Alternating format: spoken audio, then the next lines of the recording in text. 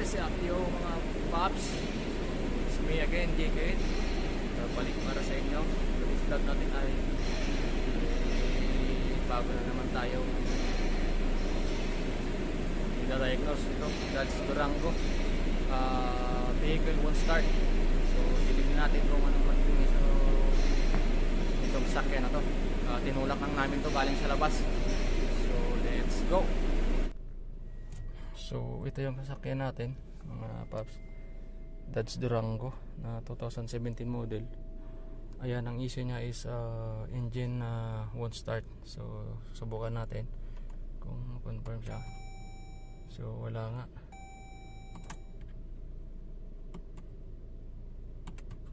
Wala, lagi-tick lang ng starter yung narinig natin. So tignan mo natin yung battery kung ano yung status nya, kung okay ba, malakas yung battery. Tignan naman natin yung voltage nya. So let's go. Nagkiklik lang siya eh. So titignan natin yung status ng ating battery mga paps. Ay kakabit natin itong ano. So ito yung gagamitin natin tester. Yan ang gamit namin dito, electronics. Kakabit natin yung ano nga, ground.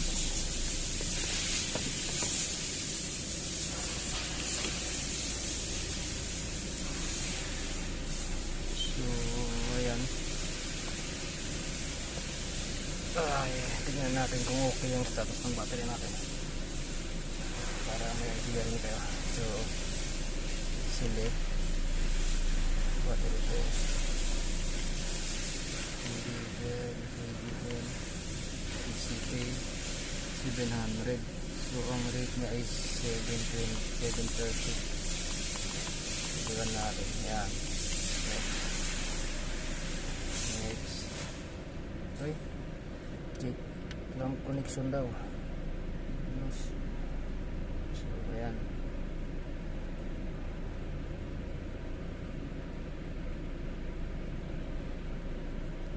So hindi na natin scan yung barcode nya. Kunin natin yung enter muna natin. Kunin ko muna yung bin number nya. Enter mga paps. So ayan, i-enter natin yung bin number nya. G6 JC 206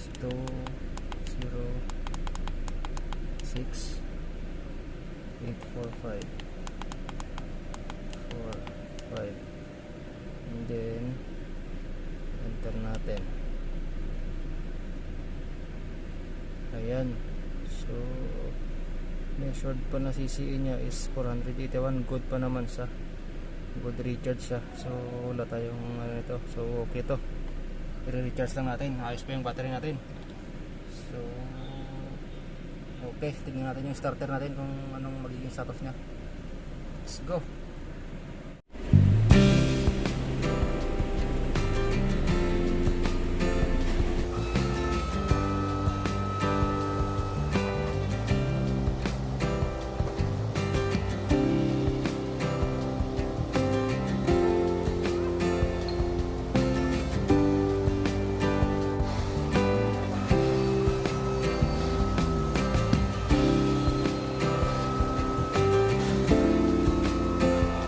Tignan natin yung starter. So, kung makikita nyo, ayun yung starter natin. So subukan natin pa-start sa taas. Tignan natin kung anong reaction nya. Sige! Start! Wala siyang reaction.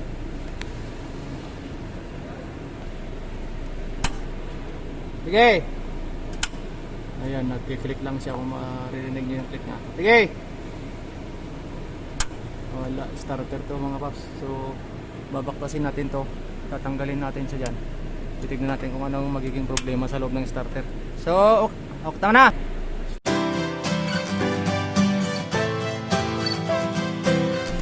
So dito na nga tayo, tanggalin natin yung starter nito para inspect natin yung possibility na maging sira nito sa starter.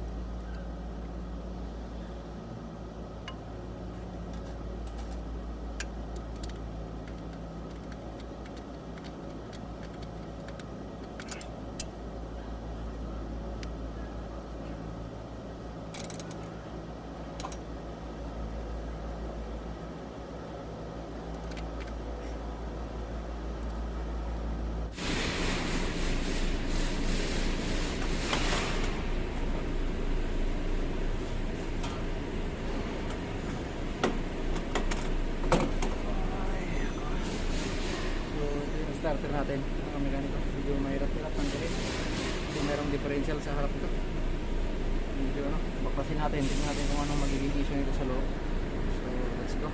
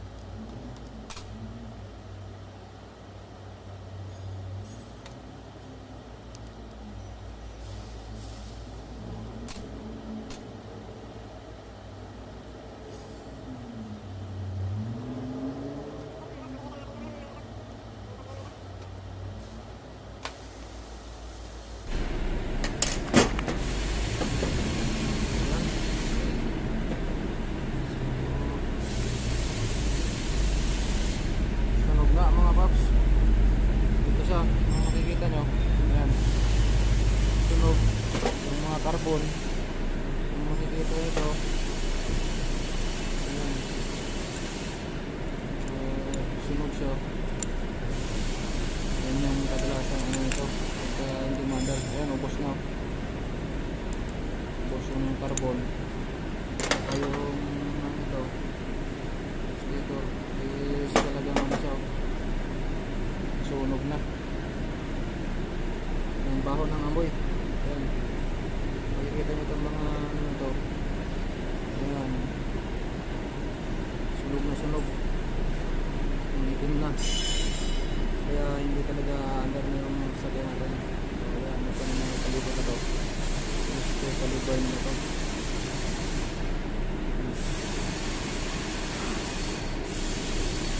sunog, ubos.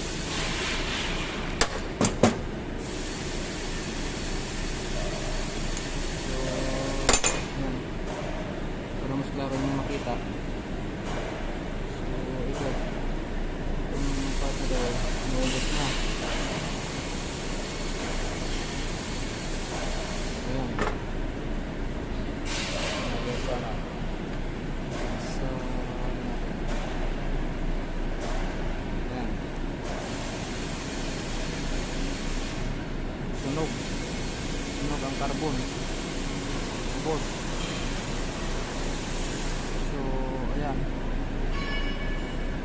ubos ng carbon. So, pati ang ano. So, gaya natin mga paps, warranty pa yung sakyan natin. So, gamitan natin ng parts. Tingnan natin kung available. Ako kayo i-update pagka paandaran ng sakyan natin kung ano maging ito. Yung loob nyo, gagawin natin. Ito na yung mga carbon. So that's it muna mga paps. Update muna lang kayo pagka may APS ang ano to, may kabit ko. Paandarin natin. Magiging ito yung trabaho natin. So that's it muna. So andito na yung bago nating parts mga paps. Kung makikita nyo sa box pa. That's box. Ito yung lalagyan nyo. Bago. So titistingin man natin dito sa battery kung gumagana rin siya. Bago to kaya lang double check lang natin ba. So ito yung battery natin. Ano, positive.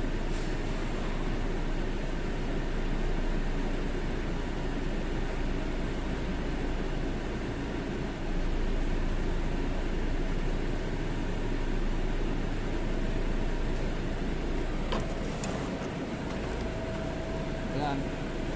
Positive na galing sa battery. Tapos ground natin ang mga starter.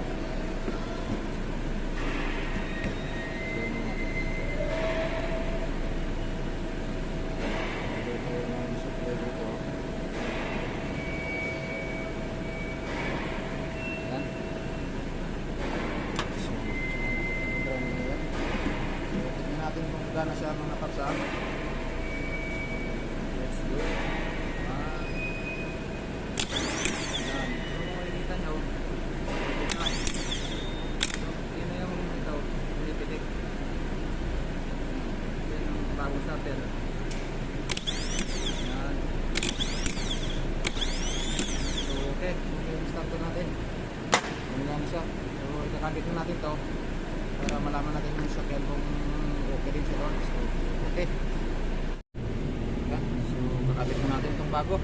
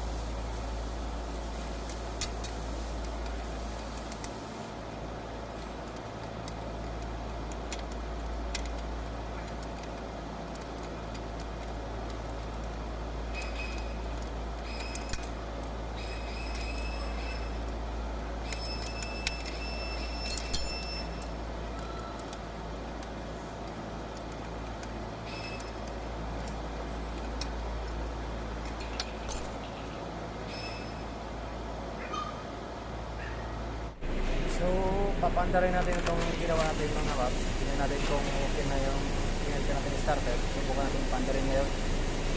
Tingnan natin kung okay na siya.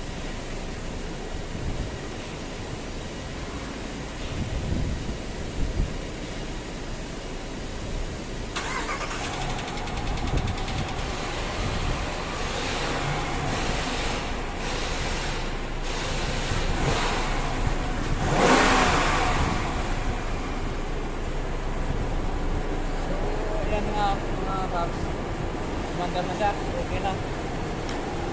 Yan. clutch siya. Ayan. So, success yung ginawa natin. Starter nga talaga yung may problema nito. So, ayos na. Ginawa natin. Confirm na yun lang ang sira sa starter. So, yun mga paps. Naikabit na natin lahat. Naikabit na rin natin yung battery. So, papaanda rin na lang natin. Tignan natin kung okay yung ginawa natin. So, start na natin. Yun. So, success. Mga paps, sumandar siya. Okay. Okay yung trabaho natin. Yung starter nga yung ano na, yung naging issue nya. So, ulitin ulit natin. Yun, start nga. Ayos. Success mga paps. Starter talaga yung naging issue nya. So, tinignan ko naman yung mga possible na iba pang ano nya. Wala naman siyang mga shorted. Wala naman siyang ibang ano. So, starter lang talaga ang bumigay. Kaya, okay. Success yung ginawa natin. Ayos. So, ito lang, success yung ginawa natin. Naayos na. Okay na yung trabaho natin. Dodge Durango na 2017 model. Yun nga, starter na yung naging problema niya. So far okay naman. One click naman yung nadar niya. Battery also. So, ayos naman. Wala naman siyang shorted na nakita ko sa wiring. So, yun lang talaga. Ayos. So, that's it for today's vlog na naman mga paps. Ayan nga. Ang naging problema is yung starter nga. Starter motor. So, napalitan na natin. Na-testing naman natin yung ginawa natin. Ayan nga, andar. Okay siya. Yun lang yung naging issue niya. So, sana share nyo yung mga video natin at subscribe na rin kayo. Share nyo mga paps para laking tulong din sa akin at lumaki yung community natin balang araw. That's it only, and thank you very much and God bless us all. So see you in my next vlog. Bye bye.